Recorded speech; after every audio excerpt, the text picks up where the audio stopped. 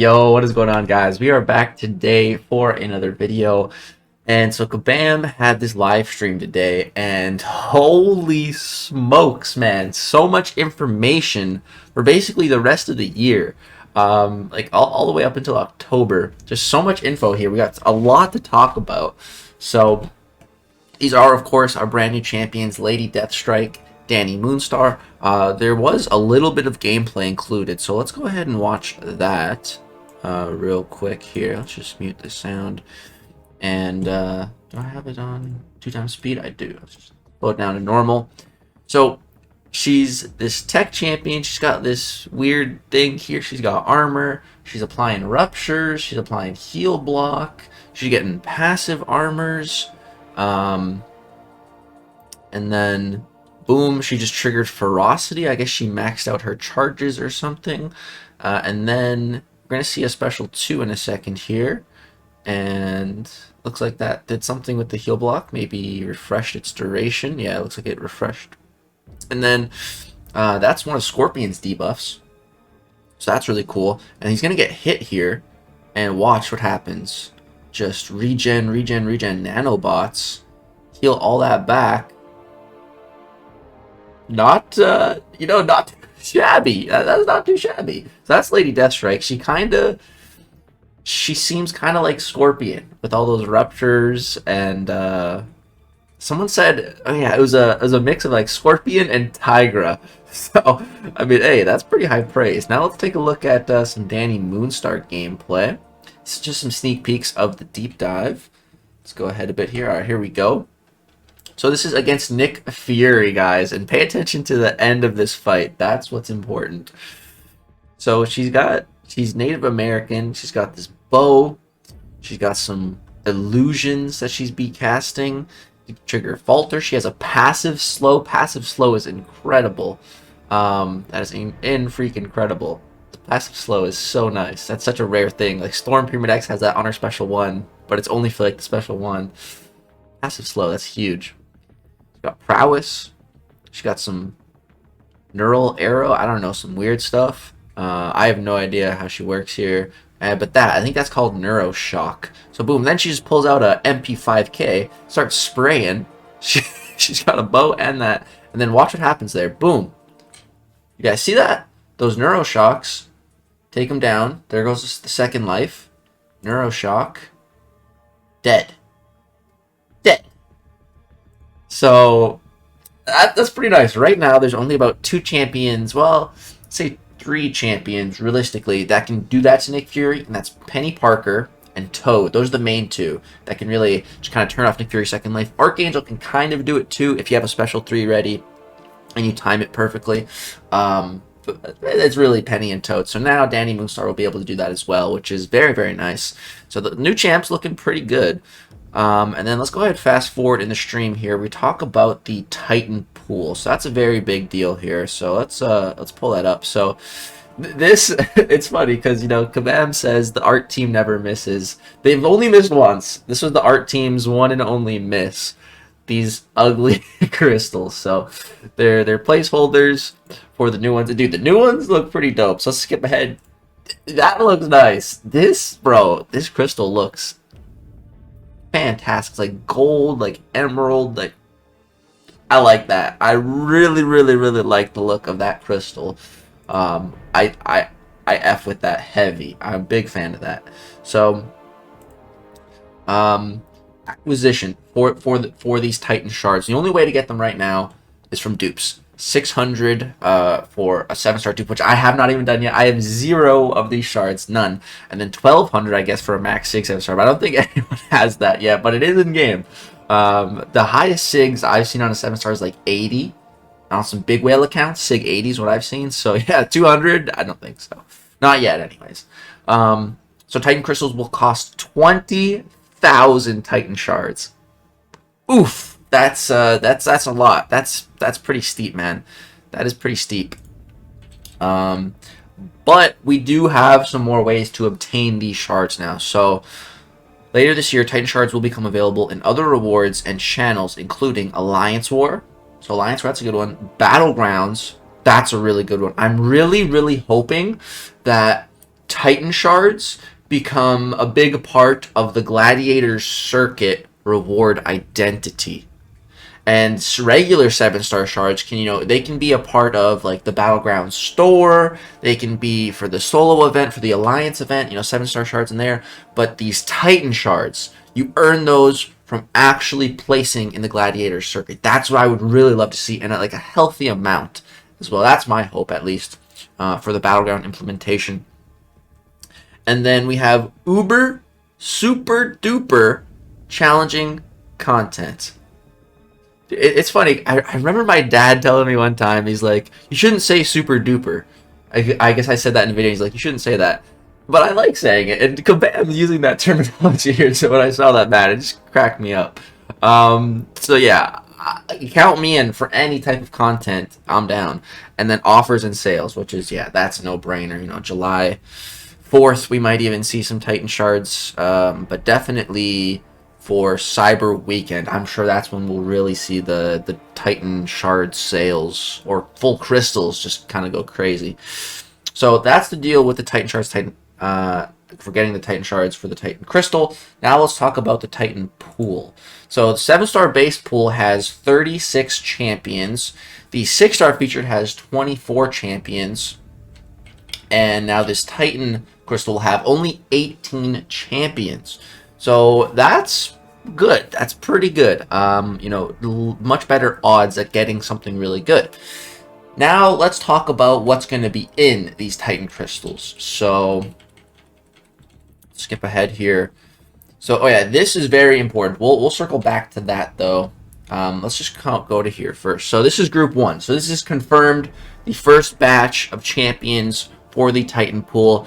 For the mutants, we have Strife. I think Strife is valid. I think Strife is an extremely powerful champion. I've seen Swidia do a lot of crazy things with him. I've also used him myself in Abyss. He's very, very Giga Chad for Abyss. He's like the mutant Aegon for that type of content. So a 7-star Strife is solid, and he's good unduped as well. So I think Strife, really, really solid pick for the mutant. Then we have Guardian. Which Guardian, last night I tweeted some predictions for the 7-star pool. I didn't predict Strife because I thought he'd be a little bit too powerful, actually. My predictions for Mutant were Iceman, Emma Frost, and Namor. And so it's really good to see Strife here. My tech predictions were Guardian, Hulkbuster, and someone else. But it's really good to see Guardian here. I would have also really liked to see Stark Spidey. Yeah, I would really love to see him. But there's a chance he could still be in it. And then for the Mystic, we have Sorcerer Supreme, who I didn't predict, but yeah, I can totally see that. Wouldn't really love a 7-star Sorcerer Supreme, but yeah, not bad. We have Mr. Negative, who there's a lot of Mr. Negative lovers out there. He's a very, very powerful champ. Personal bias here, I'm not a fan of the character. So I really don't want a 7-star Negative. I'm sure everyone else, that's like the champ they want here the most, but not me. Then we have a Tuma. I did predict a Tuma. A Tuma was a no-brainer prediction for me, just because Shuri, she's already in the 7-star base pool, and a Tuma's getting a pretty nice buff, especially defensively. So that was just a no-brainer that he'd be in here. So yeah, that was a good prediction. And we have Odin. I didn't predict Odin because I wasn't sure, because the way Odin scales as a 5-star to a 6-star, it increases the potency on his pre-fights. So I thought maybe a 7-star might be too powerful, but I don't know. He is in here, so that's interesting. 7-star Odin pre-fights, would love to see that. So that's Group 1. Then we have Group 2. So let's go ahead and skip a bit here to get to that. Group 2, where you at? I think we'll circle back to Group 2. We have Group 3, because Group 2, I believe, is the Twitter stuff, which again we'll circle back to. But this is Group 3. So out of base champs here, we have Crossbones and Hyperion. I was talking with Brian Grant on his stream last night, and I didn't predict Hyperion, but then we kind of started talking about some more powerful champions, and we both kind of said Hyperion. We're like, yeah, Hyperion would make for a really, really solid 7-star, and like a 7-star that would kind of get you hyped to open a crystal like this. So it's really, really good to see Hyperion in here. Unduped, Hyperion is fantastic, and once he is awakened, one dupe on him is absolutely all you need. The others, no more Sigs is just a waste. So Hyperion's phenomenal to see in here. Then we have Crossbones as well, which is an extremely powerful champion, especially after his buff. With Crossbones, you do kind of want high Sig for that shrugging, but he still does have so much going on in his kit without that. So Yeah, Crossbones will be a solid 7-star. Then we have the new champions. So here we have Dani Moonstar and Lady DeathStrike, which the characters we already talked about, showed some gameplay up at the start of this video. So they're going to be in here, and every new champion after Dani Moonstar will be in the 7-star Titan pools, guaranteed. So that's interesting, because I was kind of wondering how they were going to approach the whole 2023 champs, like, for example, like Absorbing Man, Baron Zemo, Adam Warlock. Are we going to see them as 7 stars? Still don't know. But guaranteed from June going forward, all those new champs will be 7 stars. But then we have 2 question marks here. And so if we just kind of look at the class types here, we can guess which the July champions are going to be. So we have Mutant, Tech, Skill, and Cosmic. That means we're missing Mystic, and we're missing Science. So that means July's champions are going to be a Science and a Mystic, which is very exciting. I just saw Jax on Twitter. His predictions were, I think he predicted Agatha for the Mystic champ, and I forget who the Science prediction was, but yeah, we could see Agatha next month. That'd be interesting. I think that would make sense. Yeah, and then we get to Group 2. So Group 2 is just full of question marks here, because we are going to be the ones deciding, guys. We are going to be the ones deciding who else goes into this Titan pool. Now, there's going to be some polls on Twitter, and I may or may not have gotten a bit of a sneak peek at some of the champs we're going to be voting for. And let me just tell you this: if you guys know my tier list, the highest tier I currently have, the Omnipotent tier, there is at least one champion in that tier in all of these classes that we can vote for. Just to give you a bit of a tease and a bit of an idea of the caliber of champions we're going to be seeing in here. They're good champions. You guys are gonna. It's gonna be really fun actually to see how the community approaches this.